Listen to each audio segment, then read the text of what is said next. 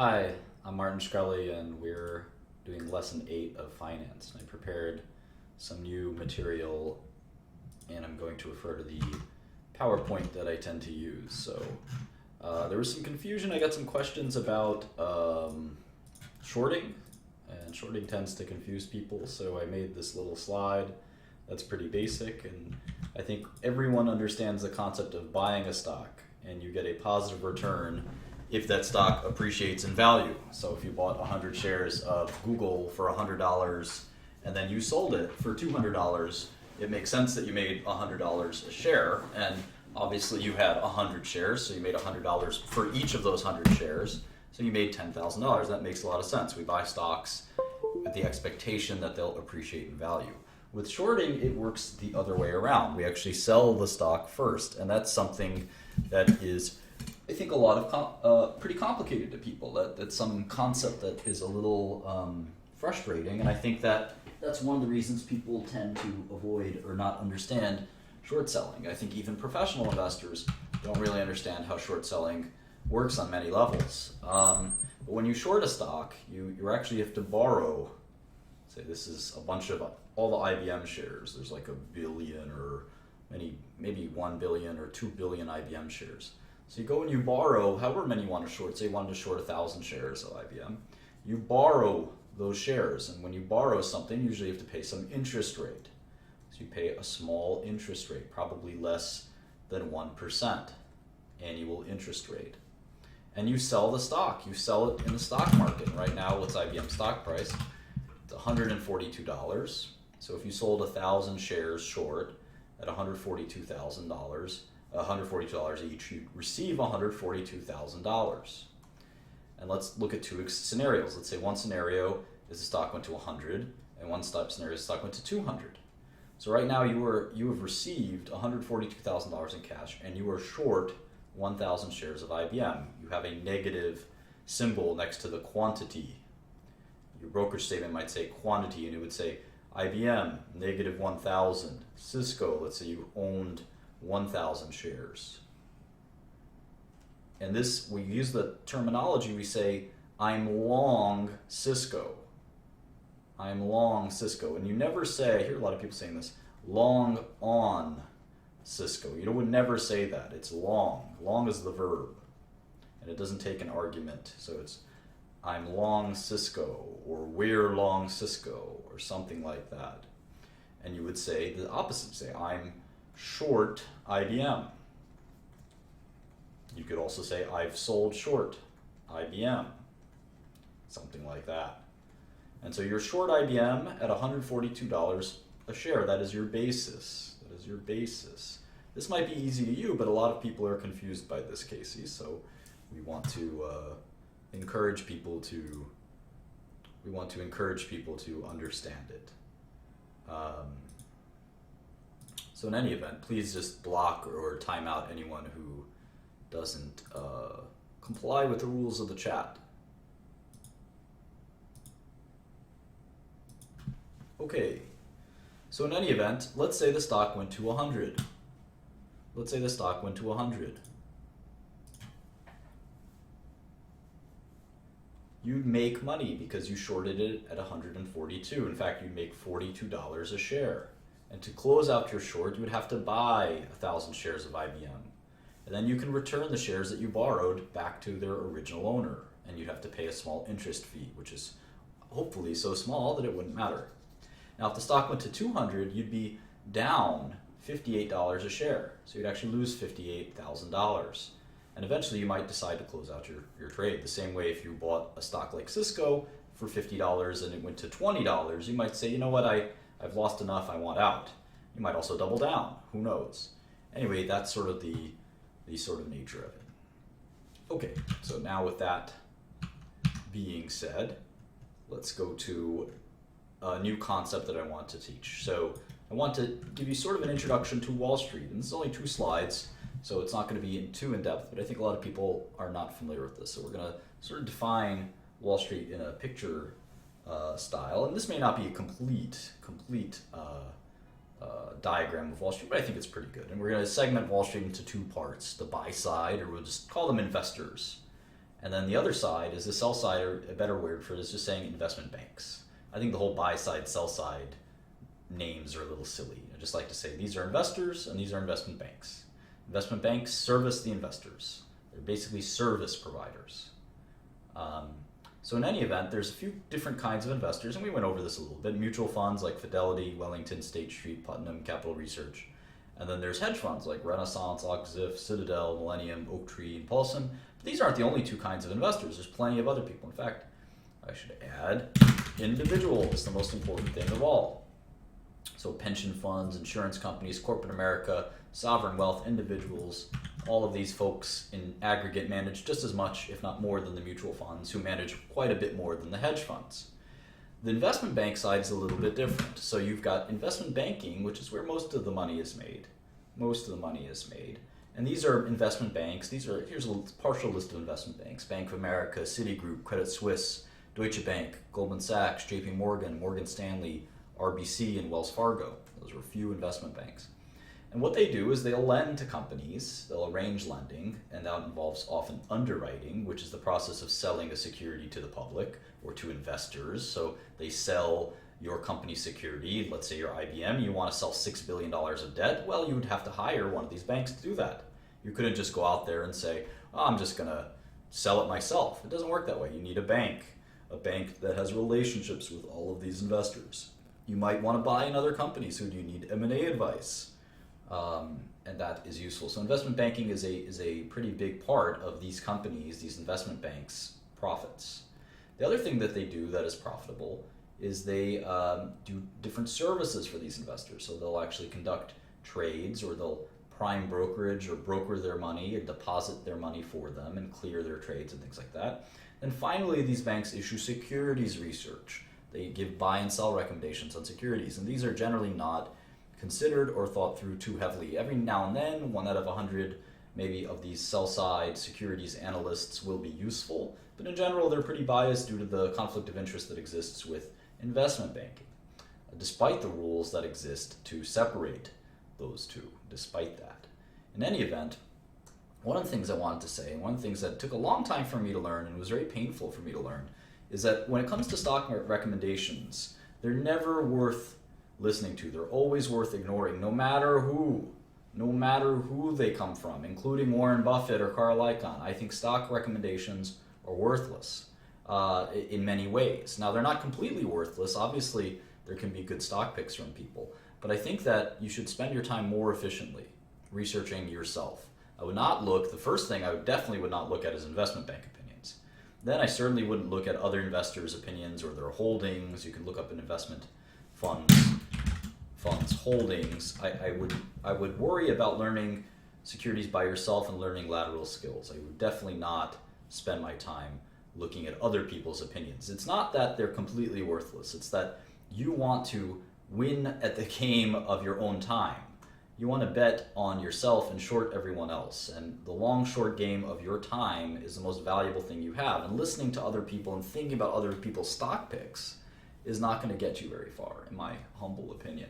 And I used to think carefully about the markets and their other people's investments, and I certainly didn't do very well when I did that, and I started to do much better when I thought for myself. So in any event, that's sort of what I'm thinking about there. Lateral skills are things like, well, if you're looking at, like, for example, what I did, I was a pharmaceutical investor. So instead of spending my time worried about what other pharmaceutical investors were doing, I learned a lateral skill of pharmacology. I studied deeply in fields like pharmacology and medicinal chemistry and other areas, just general preclinical science. And these were important to me to help me be a better pharma investor. When it came time to be an entrepreneur, these skills came in handy. These skills came in handy. So it was much better for me to spend my time doing this than it was to worry about 13F filings or being on the phone all day talking to other investors, watching CNBC. All of this was not completely useless, but relative to what I could spend my time on. Remember, I only have 24 hours in a day, so all of this was comparatively useless. This was useful stuff. This was stuff that people didn't know, that people couldn't match with the skill of investing. This is just garbage comparatively. Now, I know there's plenty of people that do this who are quite successful, but this is just my tips for success. So in any event, it only took 10 minutes, but I think there's a lot of information crammed in there. And so one of the things that we're going to do, we've been looking at the technology industry for a little bit, and one of the things we're going to do is try to fixate on one subsector. And by the end of today, we're going to pick one, and we're going to pick one by vote. We're not going to pick one based on my own opinion. We're going to pick one by your guys' opinion. But before we do that, we're going to go run through a couple more tech companies. And one of the big subsectors we have to look at, of course, is telecom. It's up to us. We're going to pick one subsector. Tech is so large that it's kind of hard to look at all of it. In fact, I know companies that have 20 or 30 investment analysts that want to cover the technology industry, and that takes a lot of firepower. So for us, we're going to actually just stick to one of these subsectors. I don't know if it's going to be software or semiconductors or hardware or internet or what, but we're going to pick one at some point. So in any event, let's kind of continue along our path, because I think we learn a lot as we successively look at more and more companies.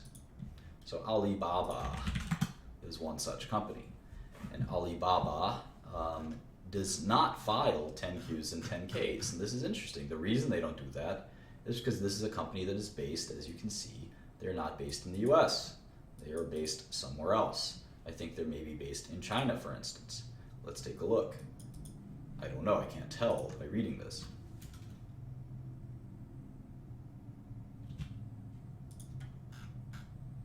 Hong Kong, there it is, Hong Kong. I actually like to keep track of headquarters, believe it or not. Headquarters, Hong Kong.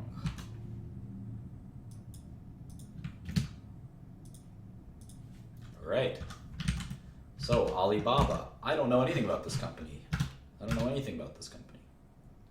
Let's take a look.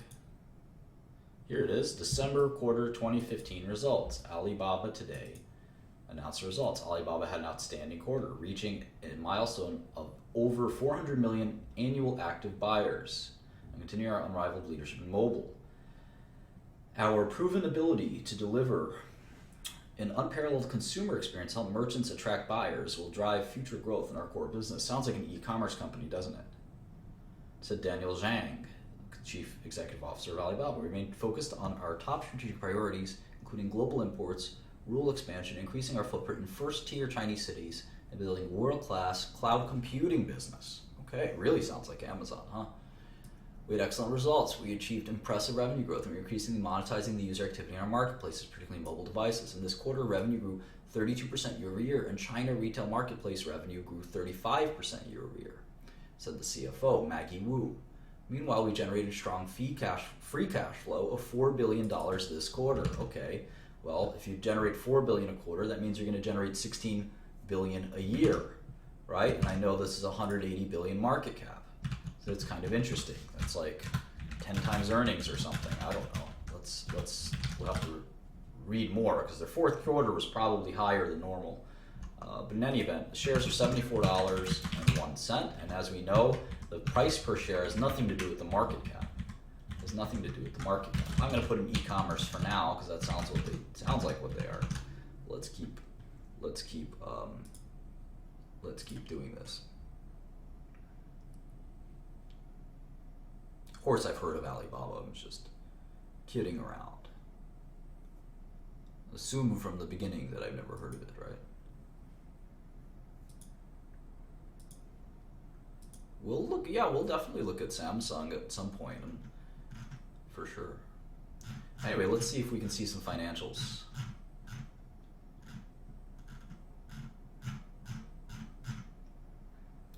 Well, let's see. It's always tricky with these foreign companies. This is actually add this to my spreadsheet. Hang on one second while I pull that up. PowerPoint. Secret documents I don't want you guys to see. All right, here we go. Foreign companies. I should add that to the whole markets and portfolios. foreign companies. So there's two kinds of foreign stocks. Stocks in foreign companies. So there's local shares, which are shares that are traded on a local exchange. For example, Roche, Nestle, etc. Then we have ADRs, which are American Depository Receipts. Depository receipts, there you go. And a good example of that is Alibaba. And there are many, many other examples, in fact. Novartis has both ADRs and local shares. You could trade either one. And local shares are always traded in local currencies. ADRs often have a ratio of 1-to-1, one ADR for one local share, but not always. So you have to watch the ADR details, and they're not always easy to know, but once you know them, they generally stay the same. So in this case, one receipt, one ADR is one share, it looks like, of Alibaba. In fact, I think they're sort of only ADRs, and it's sort of a complicated listing. They have 2.588 billion shares. And you can see here the RMB, which stands for the Chinese currency. So then they have the US dollar version of those results. So there's a lot to deal with here. So let's start making the model. And we won't go into tremendous detail. So maybe we can, I know we've been spending like an hour or so on each company. Let's go a little faster if we can. I don't know if I can type that fast sometimes, but I'll give it a shot. Baba. You know, in my old country, from Albania, Baba is like the nickname for father or grandfather. So Baba was my late grandfather's nickname. Anyway, $74.01. How many shares outstanding? 2.55 billion. So the market cap is 189 billion. Now we're starting to get to smaller and smaller companies. That's still a mega company, right? 188 billion. But compared to these guys, like Alphabet or Apple or Microsoft, this is half of them. And you'll see we rapidly kind of decline. I'm actually not a Muslim. I'm a Catholic, but like I said, we're going to ban any comments that are not relevant to this chat.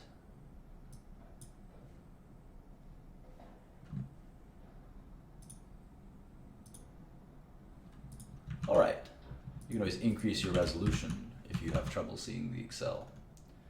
Let's go to their balance sheet, and they translate into US dollars for us, which is nice.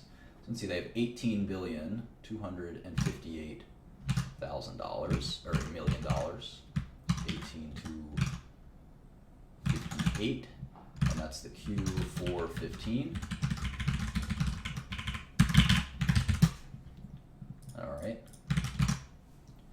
Any other? Yeah, they have investment securities, another. I think they have a Yahoo investment, or Yahoo has an investment in them, or something like that. I think it's Yahoo has the investment in them. I think that's how it is. Plus 203, plus 318. They have a lot of different pockets of cash. I gotta include all of them.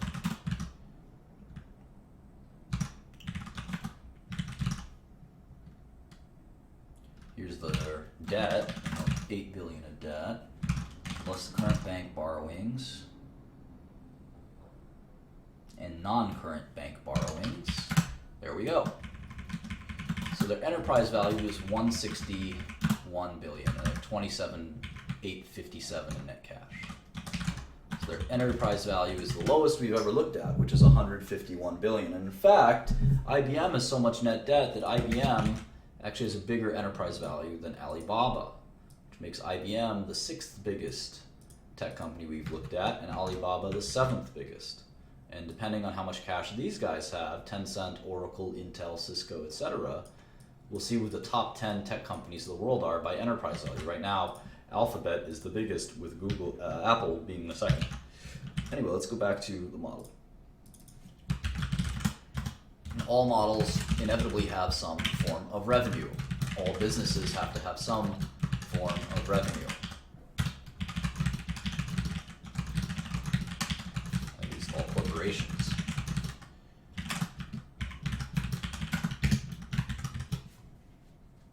All right. And a lot of you ask questions about how to do this stuff like control left, control right, control up, control down, shift, space bar, control space bar. These are all different keystrokes you can learn, and I'm sure you could just Google Excel keystrokes and it'll come to you over time. F2 is another important one, control 1, there's a number of important keystrokes. Alt-Tab, there's Windows keystrokes, and learning them all will increase your efficiency. Anyway, let's look at revenue. They had $5 billion of US dollars of revenue. So I want to say, in fact, as they look at the 9 months, they had 12 billion. So it looks like on average, they're doing 4 billion a quarter, right? So that's, 12 divided by 3, they're actually doing, well, let's just do the math. Plus 11,880 divided by 9 months times 12 months, they're going to do 16 billion on, rough numbers, 16 billion in revenue. So you look at 2016 revenue, these guys don't have very much revenue. They have sort of like Facebook's level of revenue, even less. So that's a very interesting thing. And if you look at earnings, let's look at earnings. They have 10 billion, although that seems bizarre. It's hard to have 10 billion of revenue and 10 billion of earnings. That doesn't make sense, does it? Although they have this weird accounting where a lot of their income is coming from income before tax and share. Okay, well, no, let's see, interest and investment income. Interest and investment income. So the income from operations is 4 billion, but the interest income is 7 billion. That seems quite shady. I'll have to think about that more. Let's make a model. Well, here's revenue, here's cost of goods. Let's stick to, let's not talk about politics right now. Yes, I use the number pad.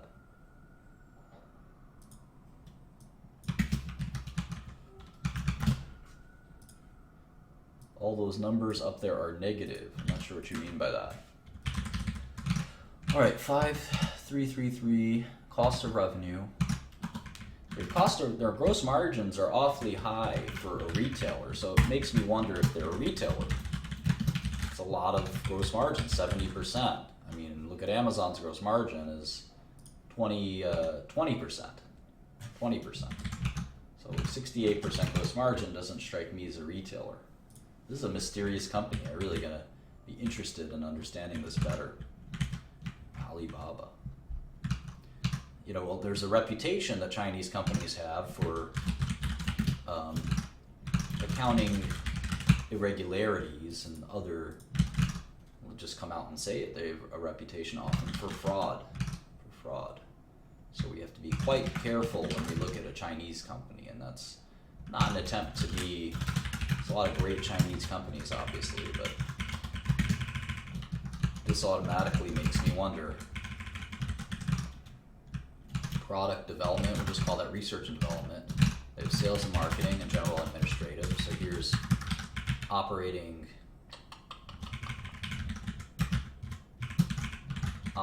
expenses, operating income.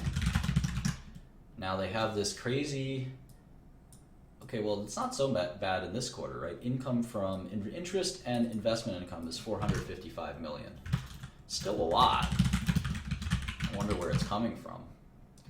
And interest expense is 73 million. So the total, and they have this other income. So the total is 2.8 billion of we'll call it EBITDA. And so now taxes, pre-tax income. So taxes, 549 plus 77, we'll call it taxes plus minority interest. So this is net income, $2 billion. So they're on pace to make 8 billion in net income, and let's say that grows by, 20%. So what's their multiple?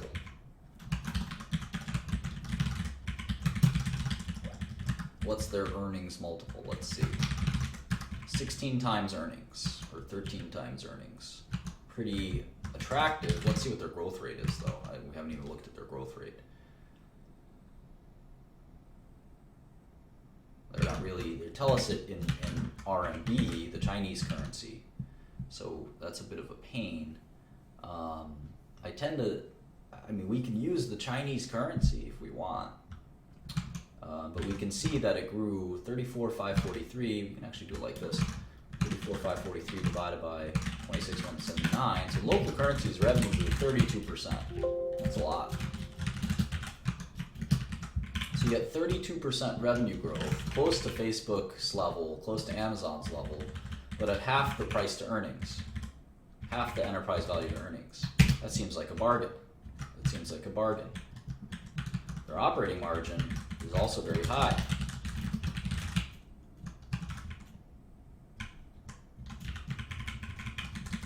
Definitely seems like a bargain. 40% operating margin. So we have to learn more about the business, but I'm very intrigued by this. Very intrigued by this.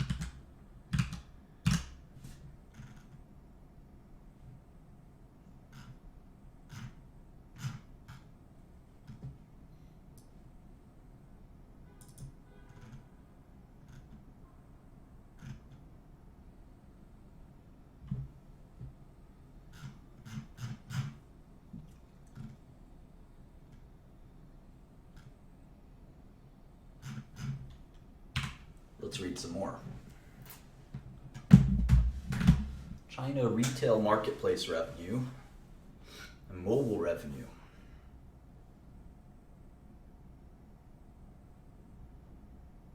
I don't understand. 5.3 billion. China retail was 4.4. The mobile revenue is 2.9. How does that make sense? That doesn't make sense to me. 400 million active buyers. We should probably keep track of that. MAU.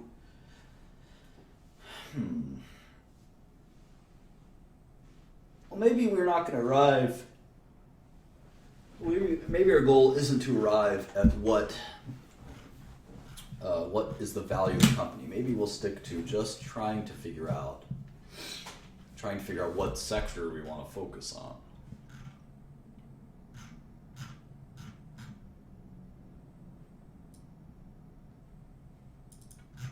So we got a brief sketch of Alibaba. Brief.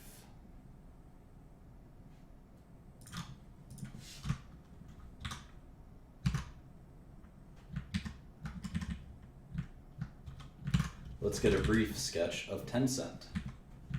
Let's get a brief sketch of Tencent.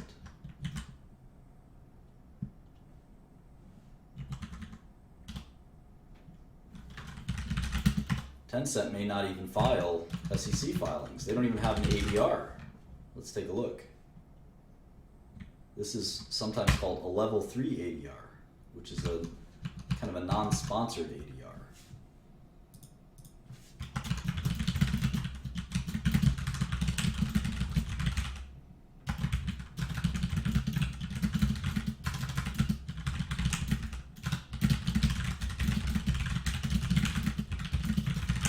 Some companies don't make American filings, so you guys should go on the SEC website and it won't tell you anything. I also like to know when a company was founded. Tencent was founded in 1998, and it's already one of the world's biggest tech companies. 1998. It's also a Hong Kong company. It's traded in Hong Kong, so they make regulatory filings on the Hong Kong exchange. We have to get familiar with how that works. It's not the same level of disclosure. It could be less or more.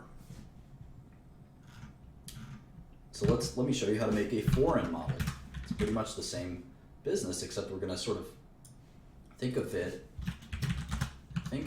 as priced in Hong Kong dollars. So the ticker is 700 HK. 700 HK. And when I save the model, I'm going to actually save it as the ticker. 700 HK. And you'll know forever now that 700 means 10 cent. And the stock trades for 148 Hong Kong dollars. Hong Kong dollars. You should always know what the exchange rate is. It's 8 to 1 roughly. So when you buy 100,000 shares, or let's say 1,000 shares of this, it's 148 Hong Kong dollars, but you can tell your broker to buy it in Hong Kong dollars and you're actually only paying 20,000 US dollars. Everything else is the same, and we're going to get used to things in different currencies.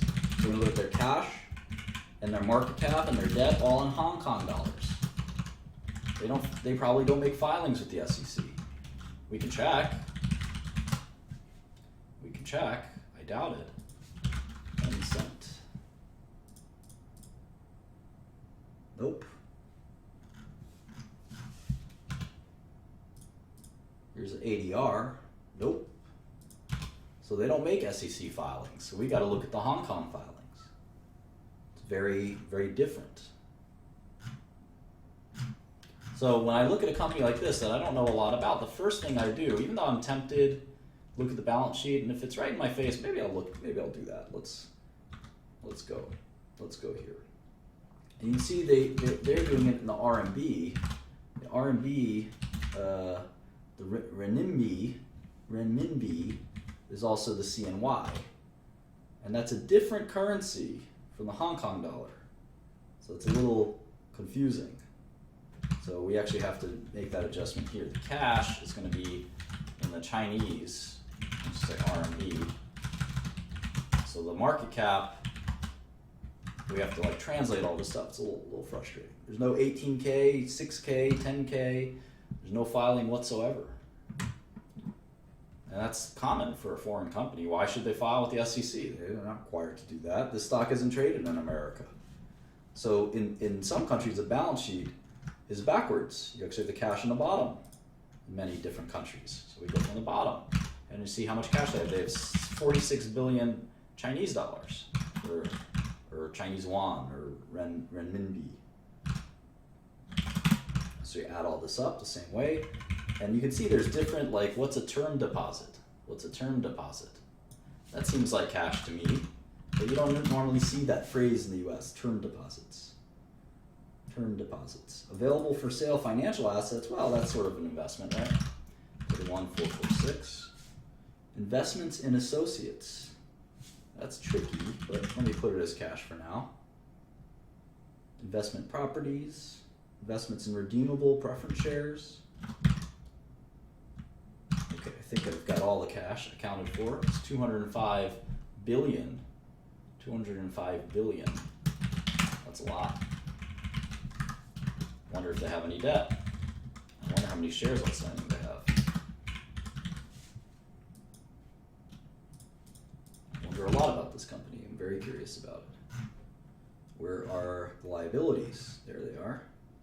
So here's the borrowings. Not much. 6 billion here. Oh, there's 40 billion there. 7 billion there. So they have 54 billion in debt. So now the renminbi, or the Chinese yuan, I don't know how to say it, trades a little bit differently from the Hong Kong dollar, which is 7.75. The CNY is 6.49. Now they're close enough that there's 151 billion in net renminbi, which means, let me just link this model, which means we can come up with the US dollars net cash. And this is 6.49. So this is 23 billion, $269 in net cash. So Tencent is got a slightly higher enterprise value than IBM. And we can do this in Hong Kong dollars. Their stock price is, 148. And we don't know what kind of company it is quite yet, but we'll look at that.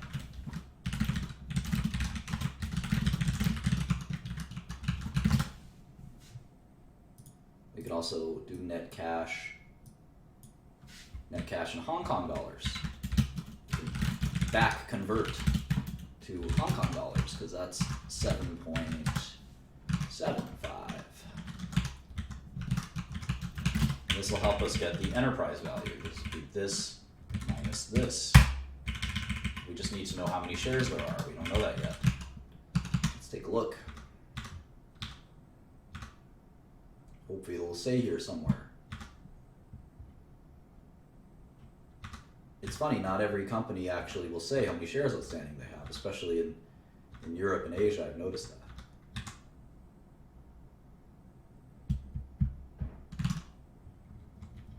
Interesting, they say they have net cash of 21 billion. Of course, there's all these other investments that we're including. So yeah, I don't see the shares outstanding. And if I search for shares, it doesn't even say anything. So it's very frustrating.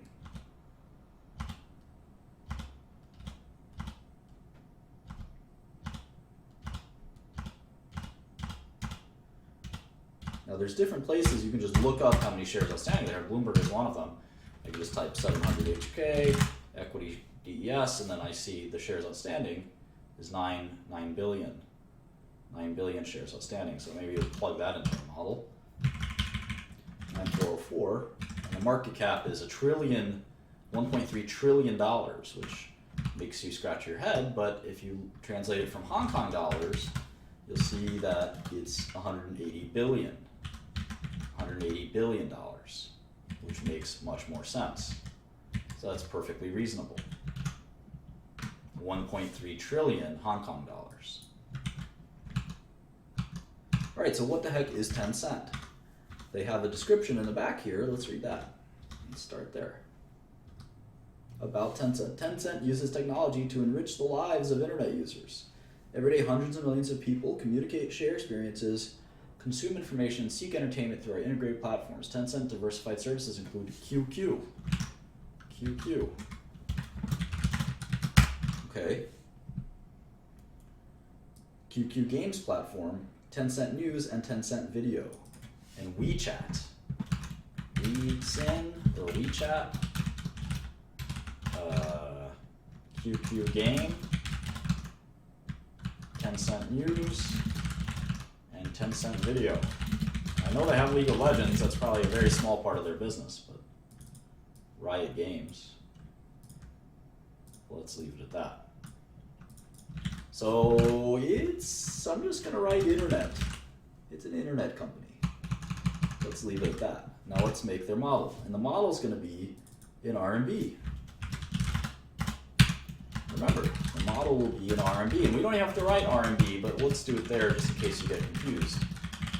But if you're a pro, you just do it in their local currency. You don't even worry about dollars. You never even worry about dollars. You trade the stock in Hong Kong dollars. US dollars will never enter your brain. And when you become proficient at it, that's how this works. And you can see there, it's all the same, except, it's revenue is revenue, it's a model is a model. You can see right here. It's all the same, except it's an RMB. So let's look at the revenue. They have something called VAS revenue. They have something called advertising. We know what that is. And then there's others. VAS is probably value-added services, is my guess. So let's see, Q3 2015, they did 2547, 4938, 1109 for total revenue of 26 billion renminbi,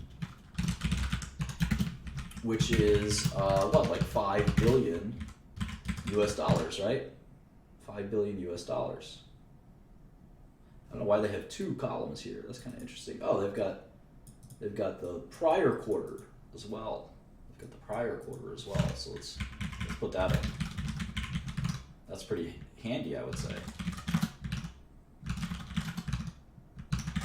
So they did 23 billion last quarter, 26 billion the next quarter. So if I just add those two together and multiply by 2, they're going to do 100 billion RMB a year. And remember, the RMB exchange rate is, I call it Chinese yuan or won, 6.49, 15,415 billion dollars. So where's the revenue?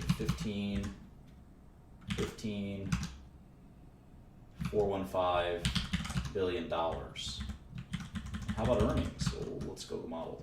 We just did revenue. No, you have to look at it carefully. VAS is 20 billion. The total revenue is 26 billion. Anyway, cost of revenues. We do a year ago as well while we're here. Yeah. These are all in millions. Okay, so year ago revenue, 16,047, 2440, 1321, cost of goods sold. Yeah, typically the quarterly statements are unaudited, because you do an audit once a year, typically. So keep that in mind. That's not uncommon at all. All right, so there's gross margin. What does that look like? 60%? Gross profit, gross margin.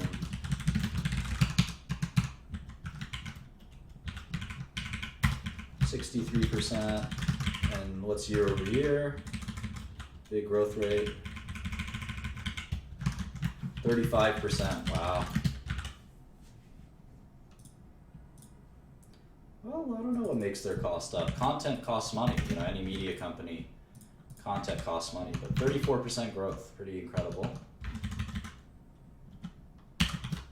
34% growth, 60% gross margins.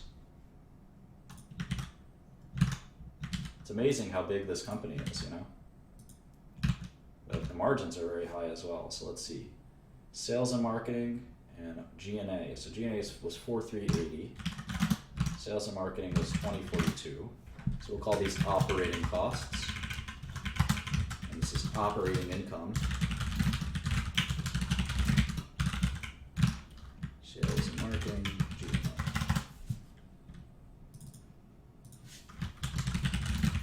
Yeah, the yearly is always audited.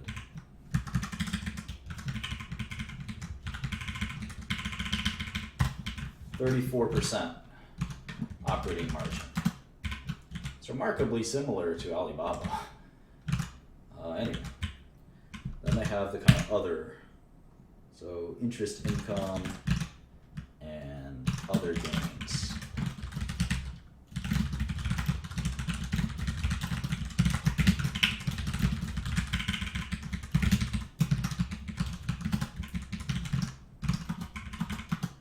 Taxes and finance costs. Well, finance costs should come out of here. How about taxes? Share of losses should come out of here. And taxes are 1564. So total net income was 7584. And if you look at last quarter, it was 7396. So I'm going to multiply this by 4, and then I'm going to divide by the exchange rate, which was what, 6.49. So they're going to make $5 billion. And if they're growing at 34%, I guess I can say that they're going to grow at 40%. Maybe they'll slow down to just some preliminary numbers. I'm just curious what the multiple is. 22 times earnings with huge growth, right? Look at these growth rates, it's crazy. No pharma company is growing this fast, maybe Gilead. But half of these tech companies are growing 30-40%. Amazon, Facebook, Tencent, Alibaba. It's really wild. It's really wild.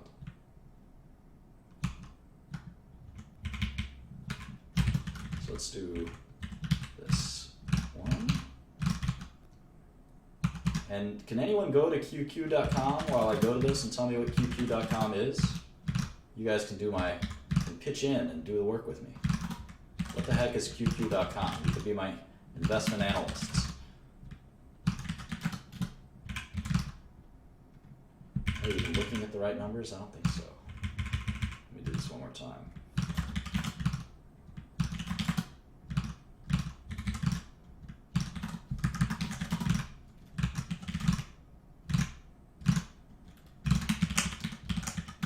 It's Instant Messenger.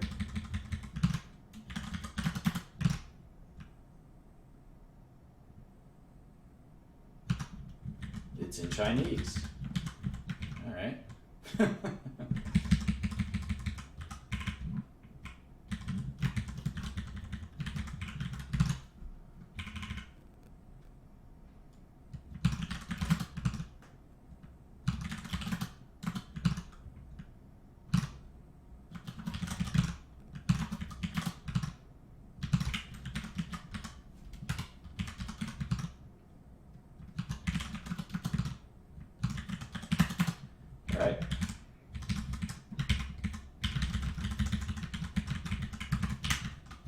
Okay, so, wow, 1 billion QQ users, huh?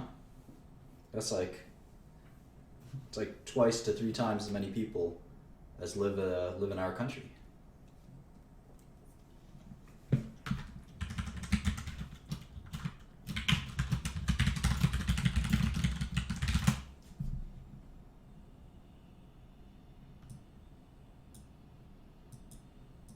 All right, so we don't have to go into too much details. They're a Chinese internet company. It's a little like Alibaba, except Alibaba's more of e-commerce.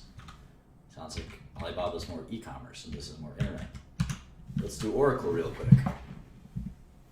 I think I want a soda or something. You guys mind if I take like a 2-minute break? Be right back.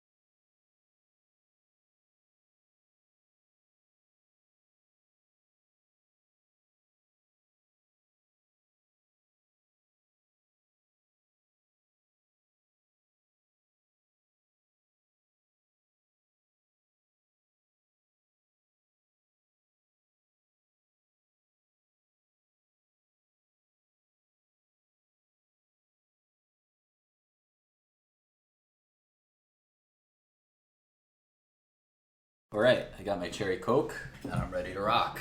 Let's do Oracle real quick. Oracle's a software company, but you may not even know what they do because Oracle's a business software company. And business software is very different.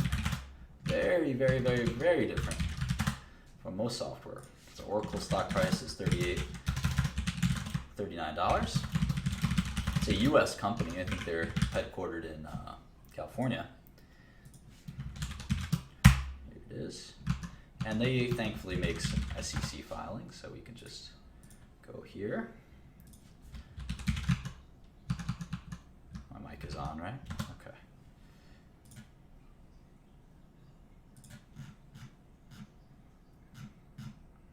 So we immediately can just go to their SEC filings, and we see there they have on the front page 4.2 billion shares outstanding.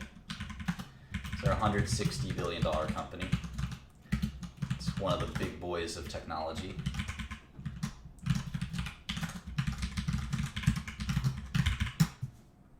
I like to jot down what calendar quarter I pulled this information from. All right, look at that cash. 17,401 plus 34,924. It's a $50 billion in cash. Holy smokes. And there's some debt, 39,940. So they got a lot of debt too.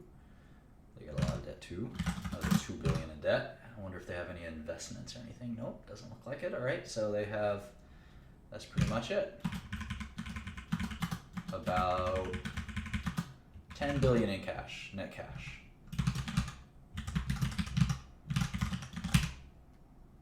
In fact, I could link this from the model, so I don't have to even worry about it. It's just like that. That'll update. All right, so Oracle is a tiny bit smaller than Tencent and Alibaba, practically the same size. So it's the ninth biggest tech company, Oracle. And the guy who runs it, I think, is named Larry Ellison, who is a very well-known and wealthy American. Let's look at their model a little bit. Founded in 1977, cool.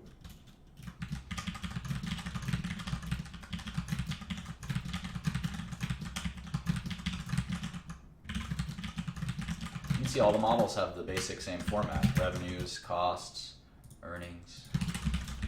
Wrote made in there by accident, I like to put main up here so I can go back and forth in the file.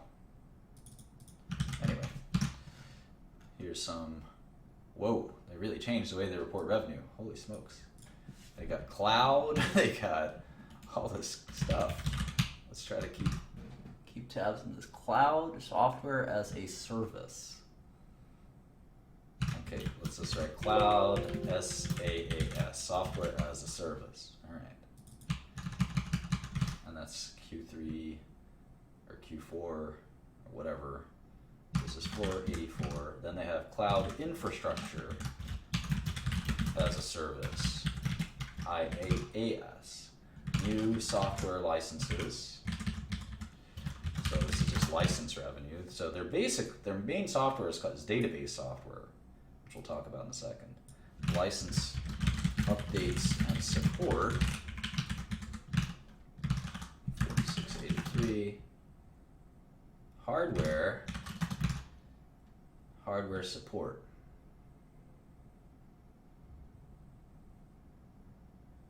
So confused.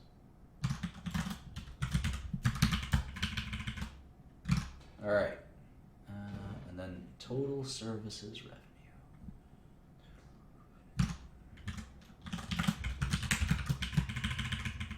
All right, so the revenue is 8993. So this is services, this is hardware support, which is somehow different, and this is hardware products. All right, so the revenue is about 9 billion.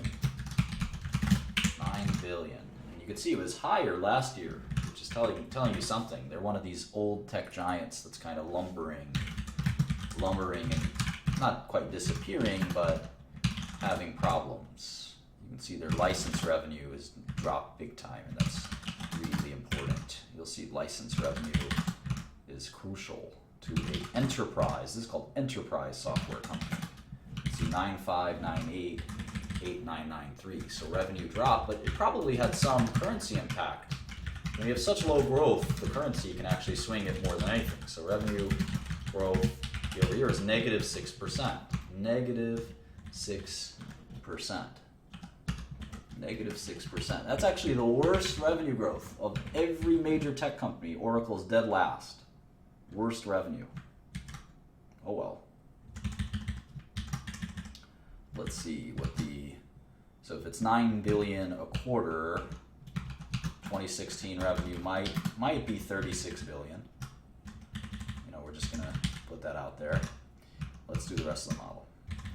Operating expenses. Oh my God, look at this list. Holy smokes, have you ever seen this many lines for operating expenses? What a pain. All right, sales and marketing. Not that kind of S&M. R&D, 1444.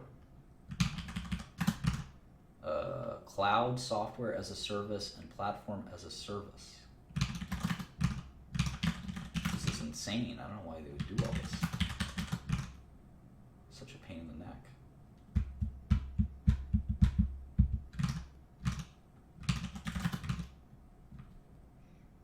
$285 for G&A. This is just annoying.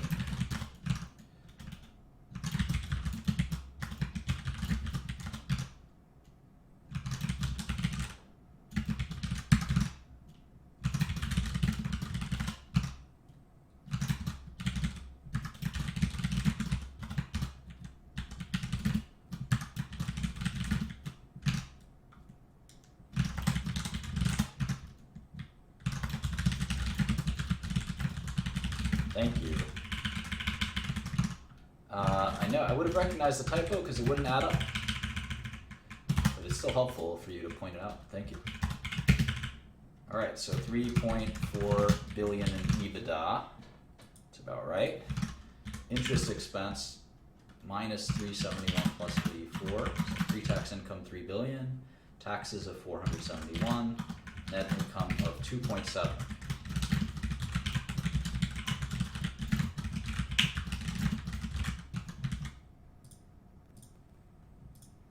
Yeah, I upload these spreadsheets, and yeah, I use them for myself too, sure. So let's see, earnings for this company would be maybe 11 billion.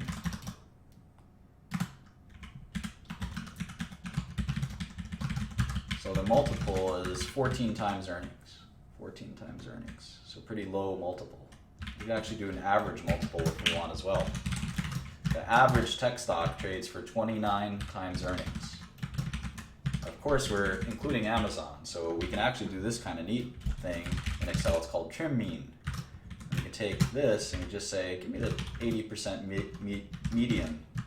And the average tech company is actually much more reasonable. It's 17 times earnings and 15 times earnings. So it probably excludes the lowest one, which is Apple, and the highest one, which is Amazon. So it just takes the mean of everything else. And it turns out that if you look at, and you can do the same thing for here, so the average tech company is growing revenues by 14%, excluding the outliers, and you can buy it for 17 or 15 times earnings. That actually is a pretty good portfolio if you just bought all of them. The average drug company is about the same, except it's not growing at all. The revenue growth is zero in pharmaceuticals. It's zero. So the fact that tech revenues are at least growing, I think that's pretty cool. That's pretty cool. So it tells you something. Now, if we look at more of these, like Intel and Cisco and SAP and Qualcomm, there may not be as much growth as a couple of just these internet companies, you know. Nevertheless, I think that's pretty neat. Let's do one more quarter here, and then maybe let's look into Oracle's business a little bit, so we can decide as a group, which we'll decide around 8:45. We'll take a vote of which sector are we going to look into in detail.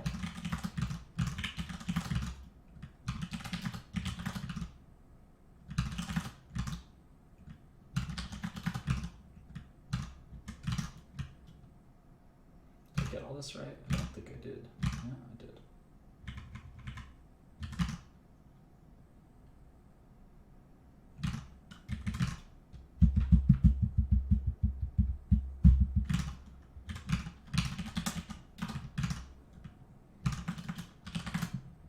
Always check it later. So you see the drop in. You see the drop in all of these things.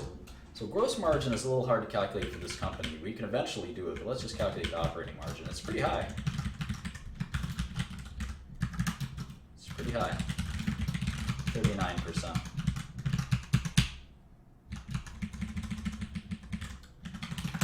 It's amongst the higher ones. All right, so let's look at kind of what Oracle does. Well, we see a little bit about what they do with the, just here, right? I mean, revenue, cloud revenue is 649 out of 9 billion. So cloud is 649 out of 8993. So cloud is 7%. Hardware, never think of our Oracle as a hardware company, but I guess they've got hardware. Hardware is usually lower margin than software. Hardware is 12%. And then software, new licensed software, which we'll talk about in a second, what the difference is between a software license and maintenance. And in business software, it's pretty complicated. It's pretty complicated. You license software to run your company. This is called often ERP or middleware. Or there's all kinds of different business software, which we'll talk about. CRM is another big one. I think Oracle bought Siebel software and PeopleSoft, and we're going to talk about all that. This is HR software, all this stuff. But one of their biggest pieces of software is database software. I forgot what Oracle's database software is called. I end up forgetting things like that. Anyways, license updates and product support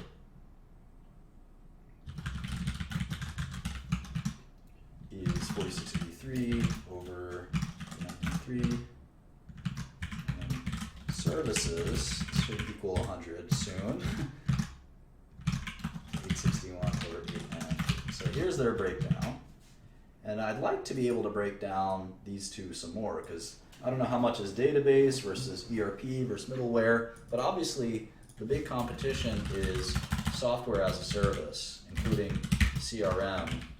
So the old way of software is kind of what Oracle does, and that's why the revenue is declining 6% a year. So keep that in mind. They also have Java. All right, let's look at Intel. Everyone knows what Intel does, right?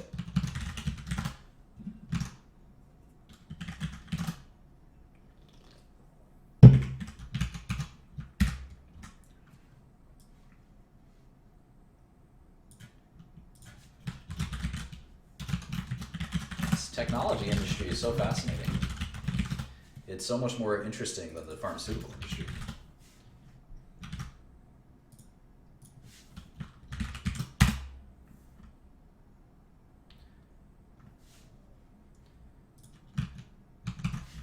Yeah, it sounds like Oracle and Salesforce.com are arch rivals, I believe. All right, here's Intel. Wonder if they do how they do their 10K. Well, they have 4 billion shares outstanding, 4724.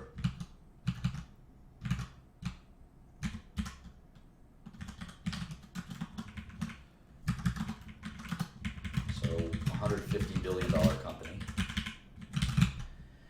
Let's see if we can't find their balance sheet. It should be in here somewhere. There it is.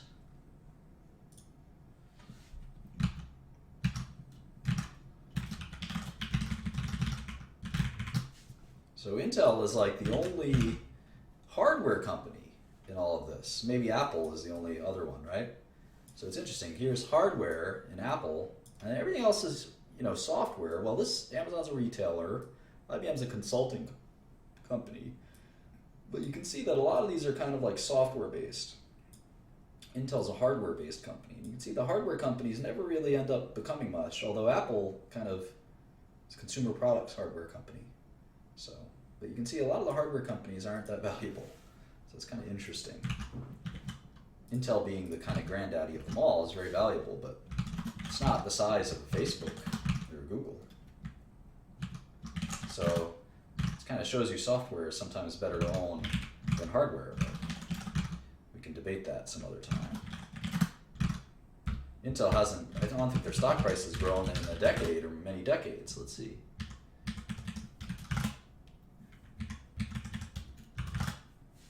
Yeah, Intel was $70 a share in 2000, and it's still not half of that. I remember that day, by the way. I remember the day their stock fell. Their stock fell 50%. I remember that day very well. So let's see, their stock was the same price in 1999. The world was very different in 1999, so for 15, 16 years, Intel's stock price has been stagnant, although it was lower in the 90s, so it's been up a lot since the 90s. Of course, if you bought it here, you're not very happy. If someone bought it at $75, sucks to be them. All right, let's get back to the balance sheet. 4727 instead of 4724. All right, thank you. Not much of a difference there.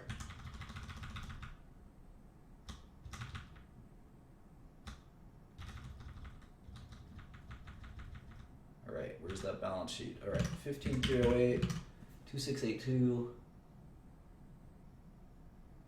I wonder what they refer to as trading assets. I wonder what that is. Marketable equity securities, other long-term investments. All right, how about debt? 20036, 2634, accounts payable, etc. That's it. So not much cash, net cash, 2 or 3 billion. They probably do a lot of buybacks and dividends and things like that. But Intel is now in our top 10, the number 10 company. Number 10 company here. All right, let's quickly jump into a model.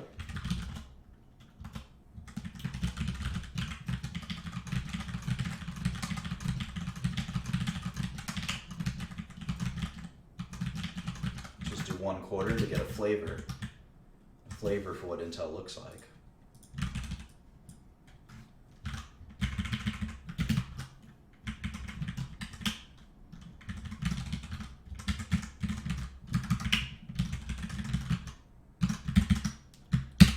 Press release. It's a little easier.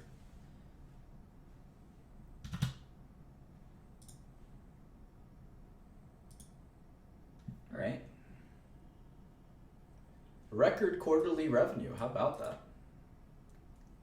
I would not think that they have record quarterly revenue.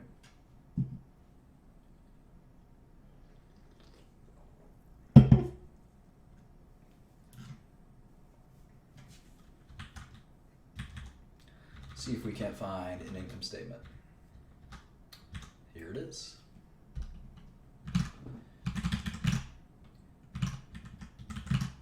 $14,914. Actually, have pretty high margins for a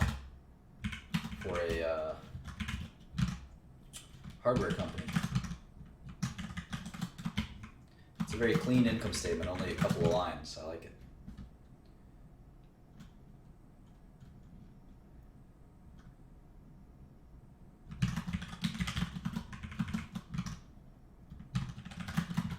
A lot of taxes.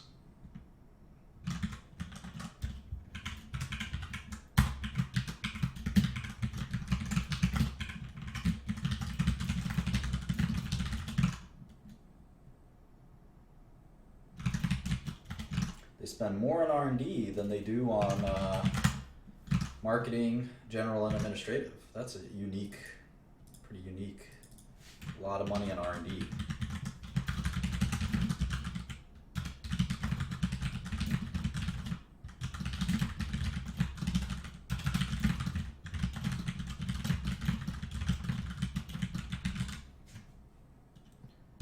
No, all models are different. Bank are the same. There's some different line items. A bank has different kinds of income. But yeah, I mean, revenue is at the end of the day, and costs. All businesses have the same sort of dynamics. See how steady Intel's business is. It's not very volatile. Let's see.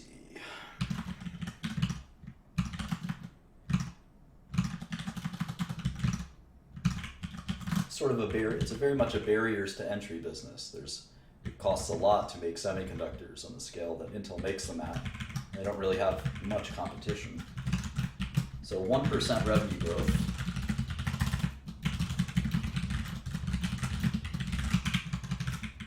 Gross margin much higher than I would have thought. 65%. That's like a software gross margin. That's why the reason they have such a high gross margin, it's so hard to make these damn processors. They have no competition. So 64% gross margin, 29% operating margin. Let's think about what their revenue might look like. Well, their annual revenue was $55 billion, and that seemed pretty steady from last year. And their earnings were about $11 billion, and that seemed pretty steady as well. They don't seem to be growing. Their revenue growth was negative 1% or so, or plus 1%. So their earnings multiple, they have 13 times earnings. The only stock that sells for less earnings multiples are IBM and Apple, and they're not growing either. So you see this trend, right? Apple is not growing, IBM is not growing, Intel's not growing, and all their stocks trade for 13 times earnings, 13 times earnings, and 8 times earnings. So growth and the amount of years of payback that people are willing to pay is directly related to that, and that's pretty obvious when you do the NPVs. So, in any event, and Intel, I think, is still pretty dependent on microprocessors. Let's see if they break down their revenue at all.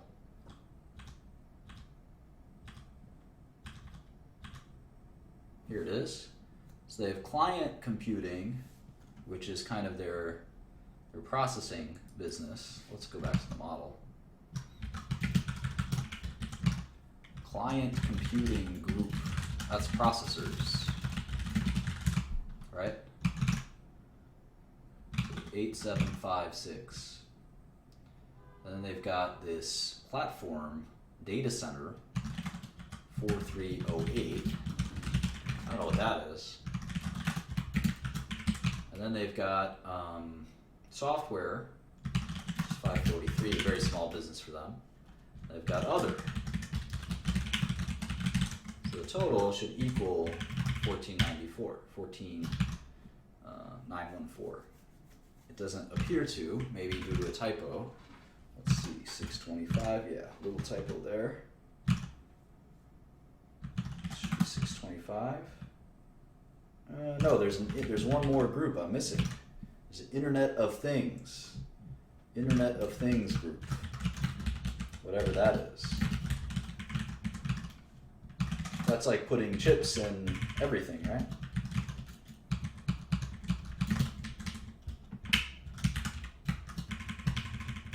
Cool. And you can see that the processing group is shrinking. It was bigger last year, but all the other groups looks like they're growing. Well, maybe not software, but all the other groups seem to be growing.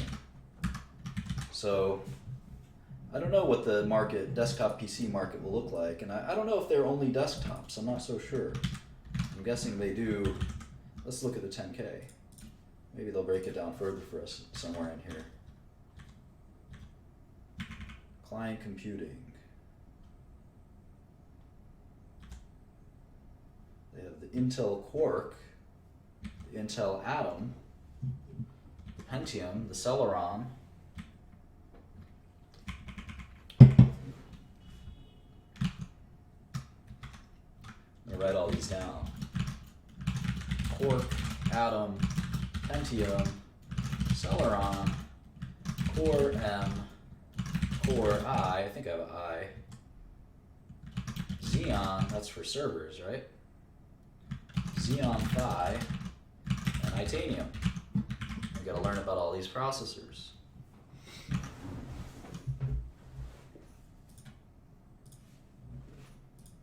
Cool.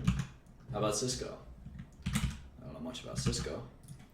And then we're going to look at something called TSM, which is, I think, Taiwan Semiconductor, SAP, Qualcomm, Tata, KDDI, which I don't even know what the heck that is, Baidu, Broadcom, Texas Instruments. I don't know that we can get through all of them, but I'm curious what group excites people the most. Cisco, $27.86. What is Cisco all about? What is Cisco all about? I think they make network equipment, right? Team Solo Mid. No.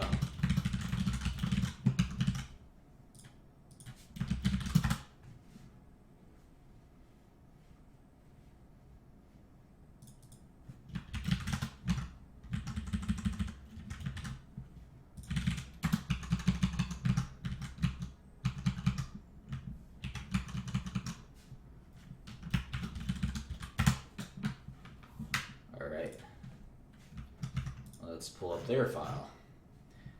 Wow, look at all that cash. 60.3 billion, right? Holy moly.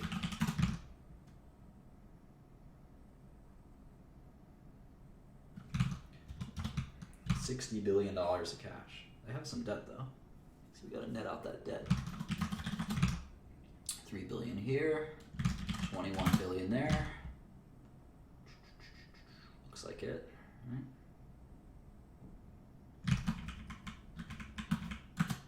How many shares? 5 billion.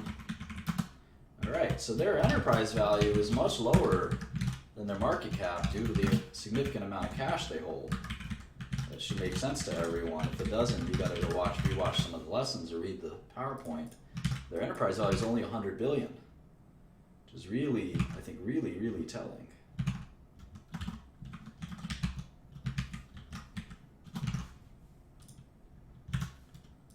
Not telling, it's just, you have to adjust for it, right?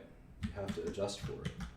This is like, Cisco is less than half of Amazon or Facebook. It's like a third of Facebook or Microsoft. It's a fourth of Apple and Google. So Cisco is really a much smaller company than any of those companies. Kind of interesting.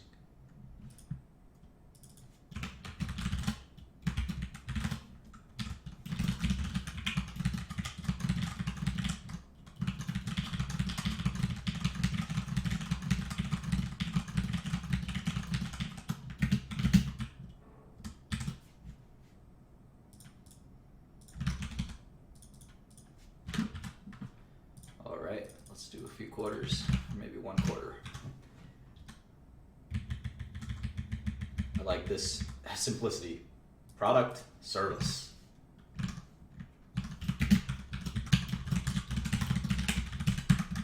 Isn't that simple?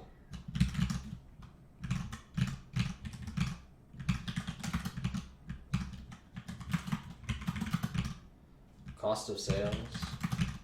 So you can have margin for both of product and service. The gross margin is 7 divided by 12, whatever that is.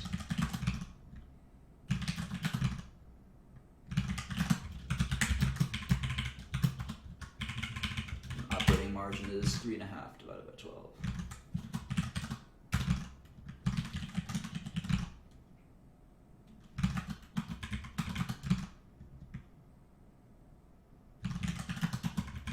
Almost no taxes, but that was an anomaly. In general, it looks like they pay about 20% taxes.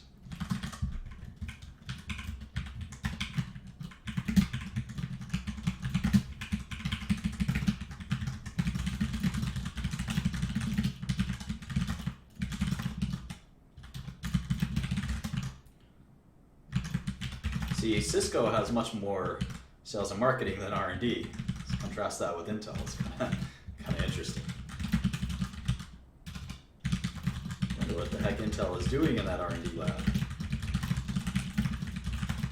I always think cutting R&D is a great way to short-term make a lot of money for shareholders. But if it's bad R&D, if it's good R&D, you don't want to cut it. You want more. It's pretty obvious to say that. It's hard to do it.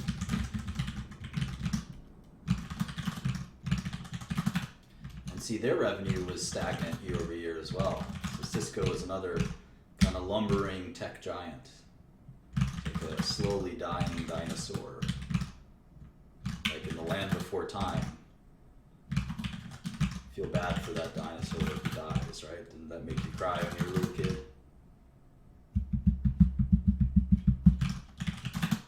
All right, so trying to understand the difference between spendings. Seems a little off. Maybe there was a one-time charge, or no, there was this big tax benefit. That's one part of it. There was a margin improvement. This is such a big difference in income. But if we just look at the 6 months, we'll say that there's about 50 billion in annual revenue. There's about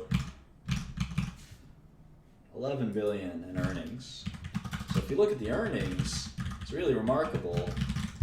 It's 9 times earnings, which is a very low multiple if they ever start growing again, but it doesn't look like they're growing, maybe 1% growth. So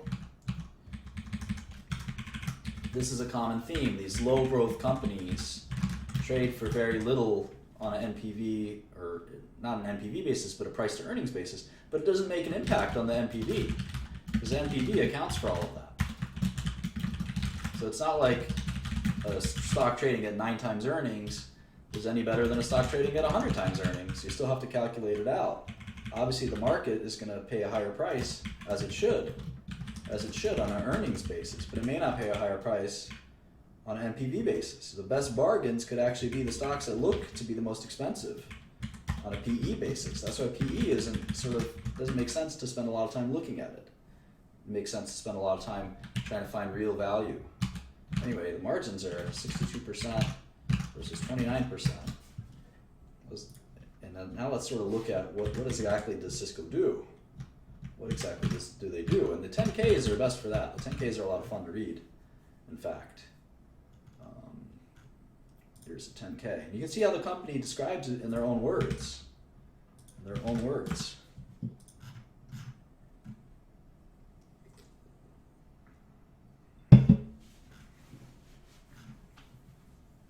They have switches, whatever that is.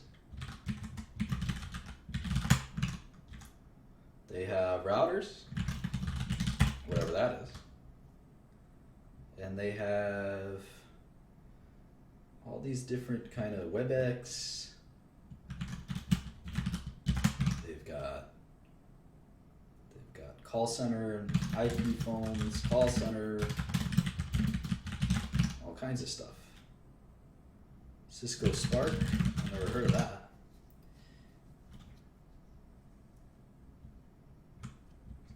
Set-top boxes?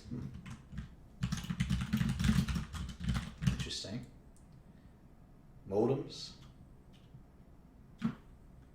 Data center. I guess they have some servers. Look at that. Blade servers and rack servers.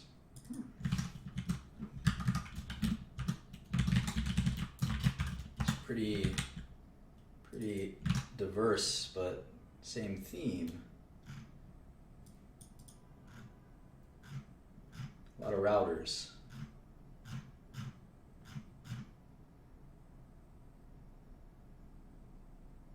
John Chambers was their CEO for a long time. I guess he's retired. New guy.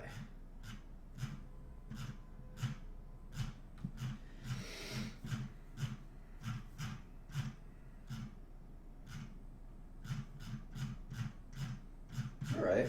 Well, I think we know what routers and things like that are, so there's a quick look at Cisco, a $100 billion company. How about this company? Taiwan Semiconductor. Taiwan Semiconductor Manufacturing Company, TSMC. Taiwan Semi. They do have a US ADR, TSM. They do have a US ADR. Might be easier for us to follow the ADR. What do you guys think? Let's see if they file. Let's see if they file. TSM. It's in sponsored ADR, so they have to file 6Ks. We know that. They report monthly revenue. That's kind of neat. Let's see what else. Oops, wrong file.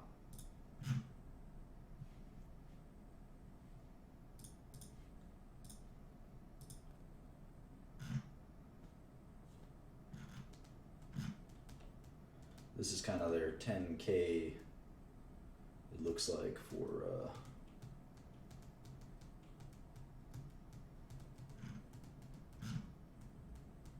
these are in Taiwan dollars. What the heck is a Taiwan dollar? $32? The new Taiwan dollar, 32 ratio. So let's see if we can do the ADR.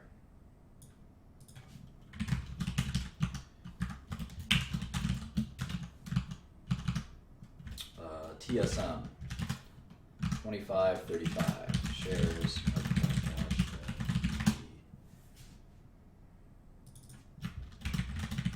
I usually only like to do the local shares, but in this case, just not confuse you guys, let's save it as the ADR.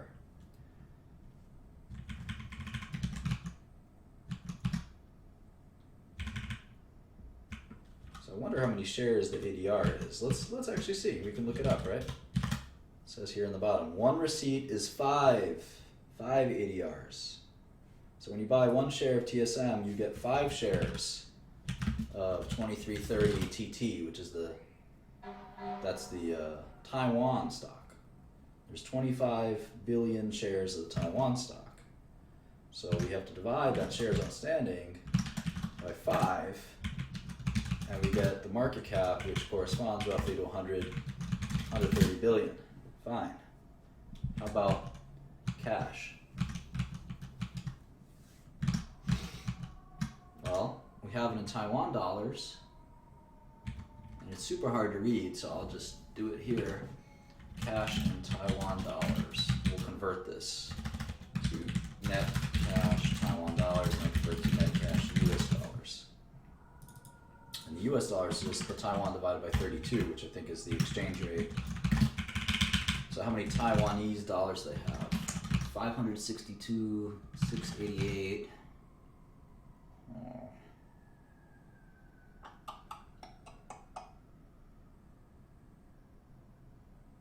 That's really it. How about debt? Not much. 191. 965, 39. Sometimes these foreign companies are often more misvalued than their U.S. counterparts. So it looks like they have 10 billion in cash, roughly. So the American analysts don't want to bother with the foreign companies. They're pretty lazy. That's where a lot of the money is made, in these foreign stocks that the Americans don't want to trade because they don't want to do these currency conversions, and it's just a pain in the neck. But I don't mind the extra work. It's interesting to learn about these foreign companies, right? So you can see they're actually a little bigger than Cisco on an enterprise value basis, but not much. And what does Taiwan Semiconductor do? They're very interesting. They are a so-called foundry, so they make semiconductors for other people. It's my understanding of what they do. I may be wrong. Just want to make sure I got all this right. I think so. Cool. And here's the revenues, a little easier to read. You can see their gross margins are about 50%. Their operating margins are pretty high too, about 40%. They do almost no research and development. I think their customers know who they are, so they don't even have to do any marketing. They're the biggest outsourced semiconductor company in the world. Pay 10% taxes, good deal. They're probably Taiwan's biggest company. So, and unlike Intel, their revenue is actually growing. You can see that it's what, 10% growth roughly? Maybe even a little more than that. That's a pretty interesting company. Net income of 300 billion Taiwanese dollars is about 10 billion US dollars, right? 10 billion US dollars. So 11 times earnings. Revenue growth was quite strong. 843 divided by 6. 10% revenue growth, about 50% margins, 40% operating margins. Getting a little lazy here because we have 15 more minutes to go. SAP is an Oracle competitor. I want to show you as many companies as I can before time runs out. SAP also has an ADR. SAP also has an ADR that maybe we'll use instead of the local German stock. Qualcomm,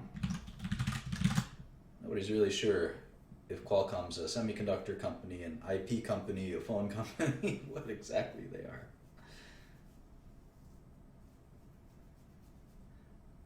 We'll talk about that someday. For now, I guess we can say that they're a semiconductor company.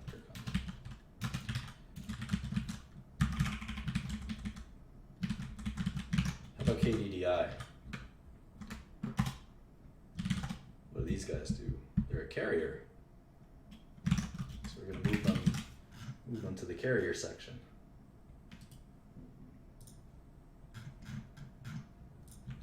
How about SoftBank?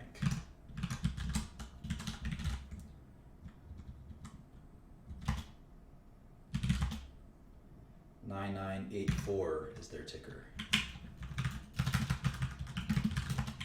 SoftBank do? DSL, that's funny. They're pretty diverse, I think, internet business. Baidu has an ADR.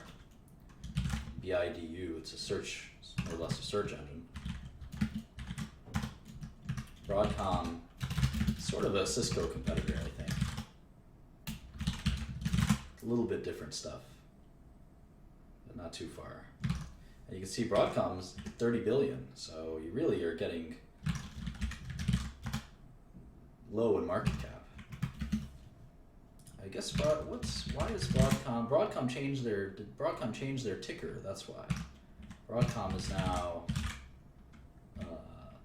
AVGO. That's why. A little bit different. EMC.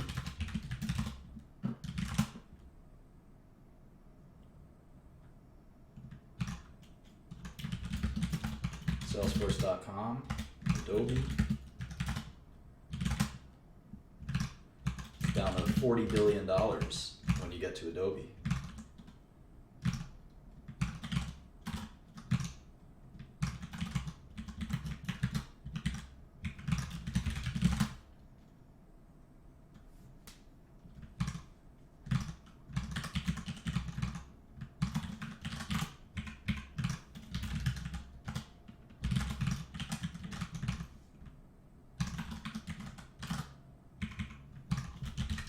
So you see how few of these giants there are.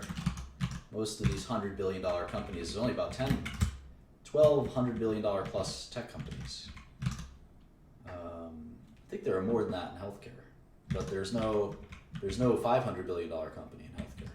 The biggest one is Johnson & Johnson, which is $300 billion. So healthcare has a bunch of those. Tech has three of those. We only have one in healthcare, but we've got a bunch of $100 billion companies. A couple more, probably 5 or 10 more than tech. Yeah, Netflix is here somewhere. Although the search I did didn't give us Netflix. I don't think we got Samsung in here. It wasn't a perfect search. We have to go back and evaluate how we did that search.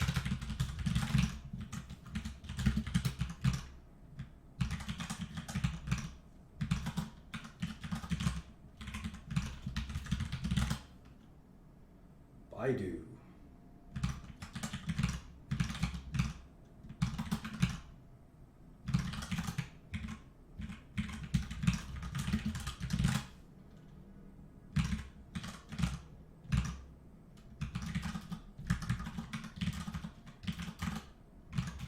Here's the yen now. It's like 110, 113.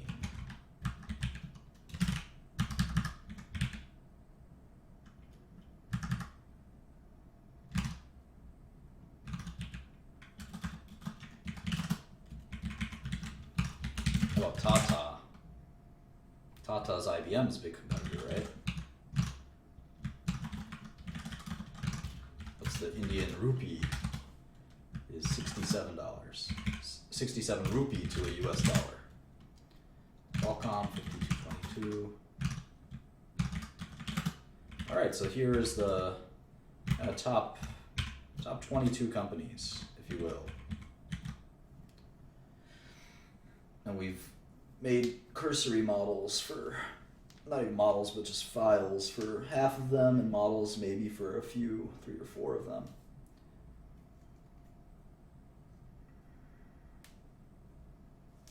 What's Etisalat? This is a UAE listed company. Emirates Telecom. We're going to move this to the telecom companies.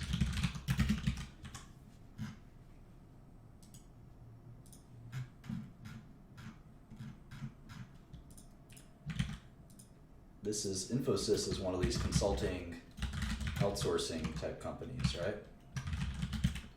This ticker is Info, but it also has that ticker in India. Same thing with ASM Lithography.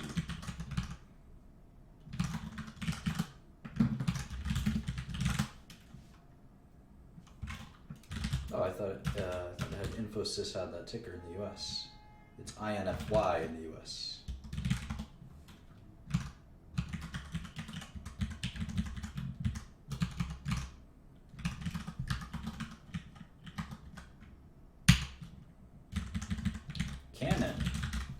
Canon is like a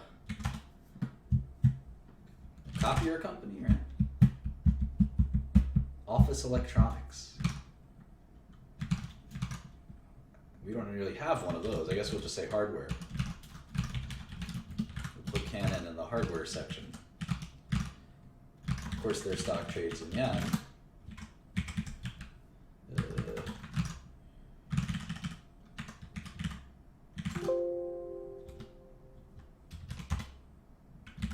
Nokia, we all think we know what Nokia does, but it's not totally clear. Sort of become more of a network infrastructure company than a phone company, if I'm not mistaken, but I'm not totally sure.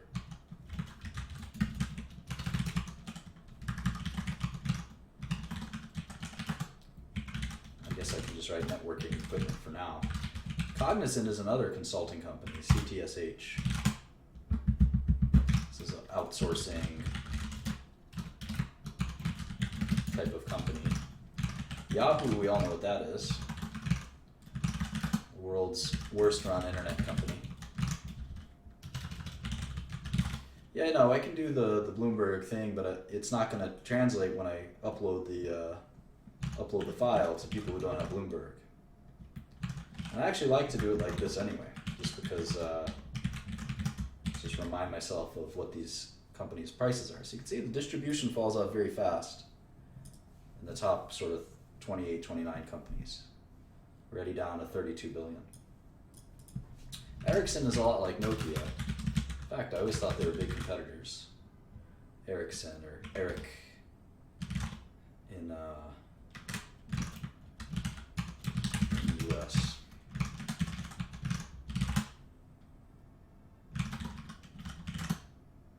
China Unicom. I don't know what China Unicom is. Is it a carrier? Yeah. Let's move that down to here. Hewlett Packard Enterprises.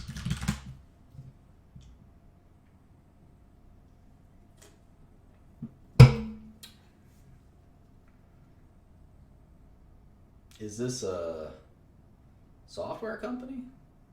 It's hard to tell.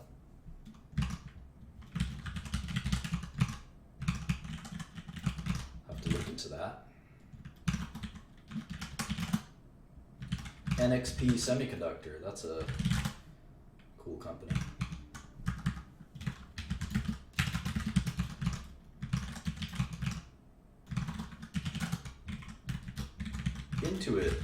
Intuit is TurboTax. Basically TurboTax, right?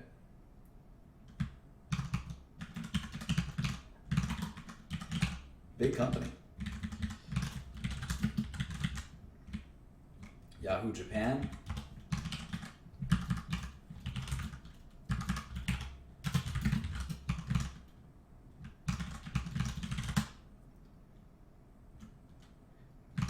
Yahoo Japan is almost worth more than Yahoo.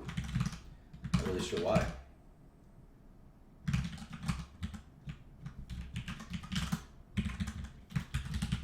Applied Materials is a semiconductor manufacturing equipment maker. They actually make the stuff that TSM and Intel buy.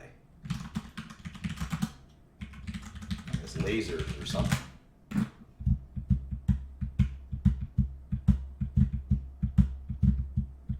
Corning makes glass stuff. In fact, their company used to be called Glassworks a long, long time ago.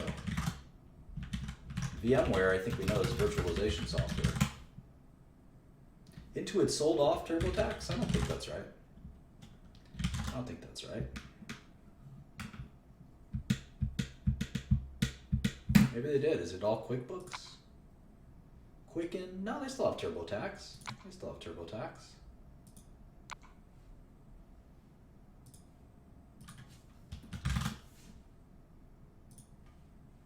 All right, VMware.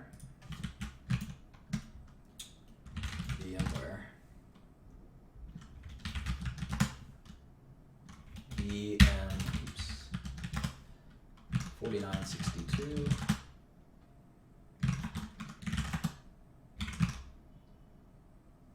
Oh.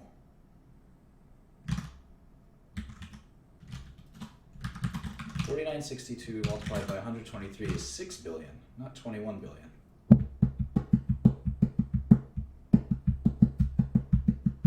This is the Class A shares. There's different kinds of shares, I'm guessing.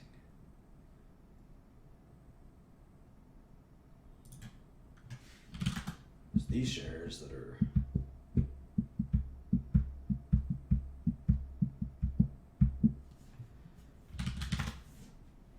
unlisted, I guess.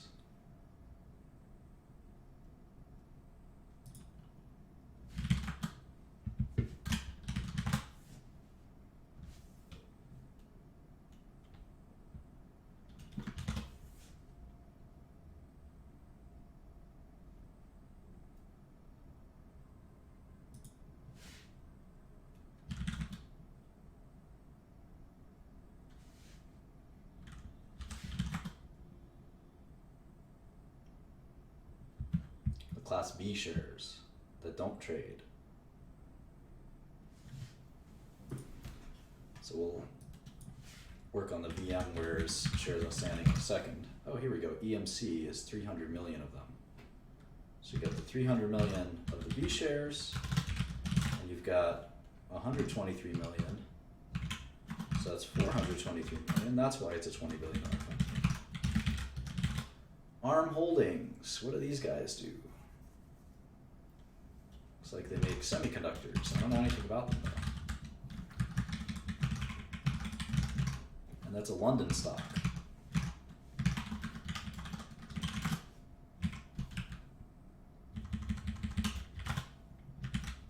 Fujifilm. Imaging, information, and document solutions. They also make film, digital cameras, and stuff like that. I guess we can call that consumer electronics.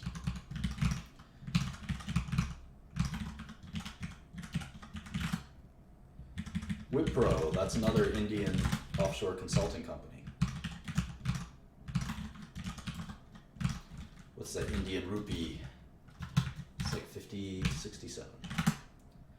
Okay, SK Hynix. That's one of these Korean. Let's see. This is the only Korean company we've seen thus far. They make DRAM. How about that? And look at their stock price. 30,000 won. A won is like $1,000. 1,000 won to $1, I think. Let's see. KRW, right? This 1,200 won to $1. That's the first Korean company we've looked at.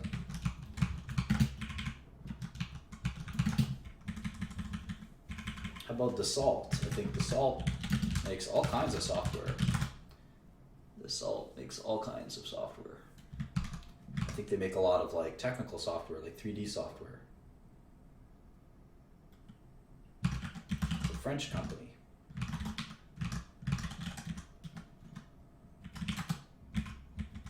HP Inc. That's the consumer facing part of HP now, I guess. They make printers and stuff. So 2 minutes left. So I want you to think about which kinds of companies do you want to select on. I'm going to make. Do we want to work on? I'm going to make a what's that kind of survey thing called? It's a fast survey, snap survey company that I always use. Do the quick surveys.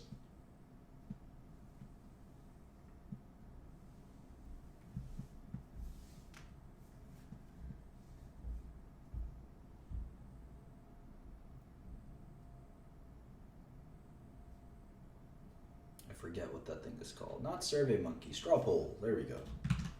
Straw Poll. All right. So you guys have to, which tech subsector will we focus on? All right, telecom. So AT&T, Verizon.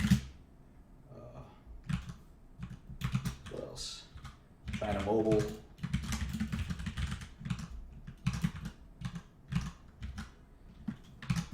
Internet. So we'll do Google, Facebook, Amazon, Tencent, Alibaba, these types of companies. We can look at consumer electronics, Apple,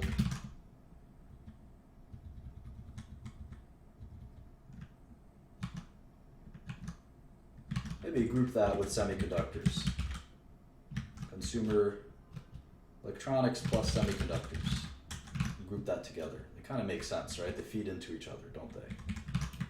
Intel, TSM, Qualcomm.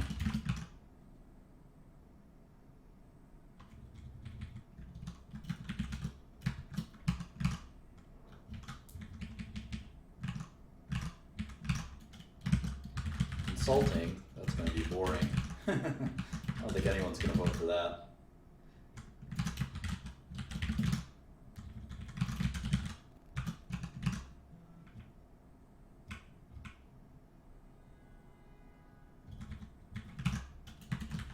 business software, Oracle, SAP, CRM.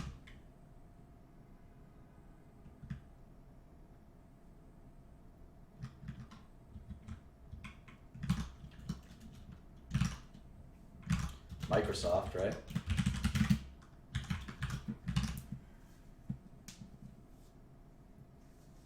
think we sort of divided tech pretty appropriately. Networking.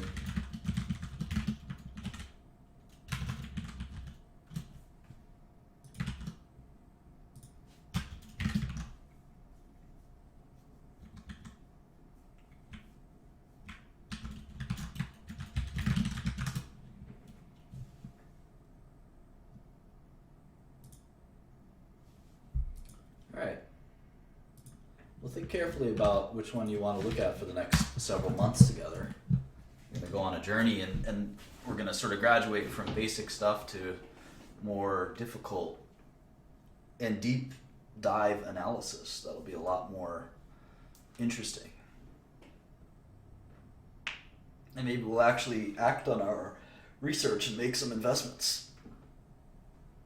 I probably should talk to my lawyer and make sure I have some disclaimers and things like that. But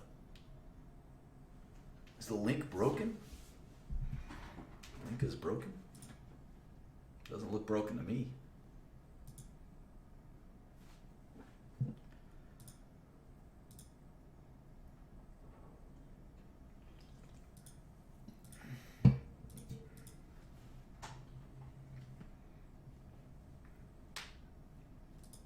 No.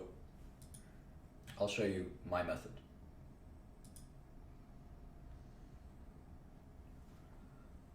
All right, so we'll check the results close to the top of the hour. But let's look at a couple more companies. What the heck is Heady Holding? I never heard that. Heady Holding. Heady Holding. It's a Chinese company.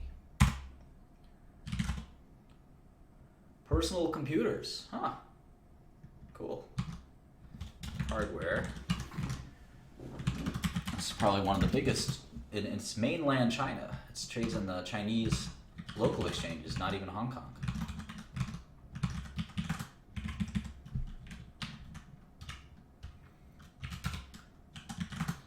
NetEase. That company's name is so familiar. NetEase. Sounds like a Chinese. Seems like a Chinese internet company.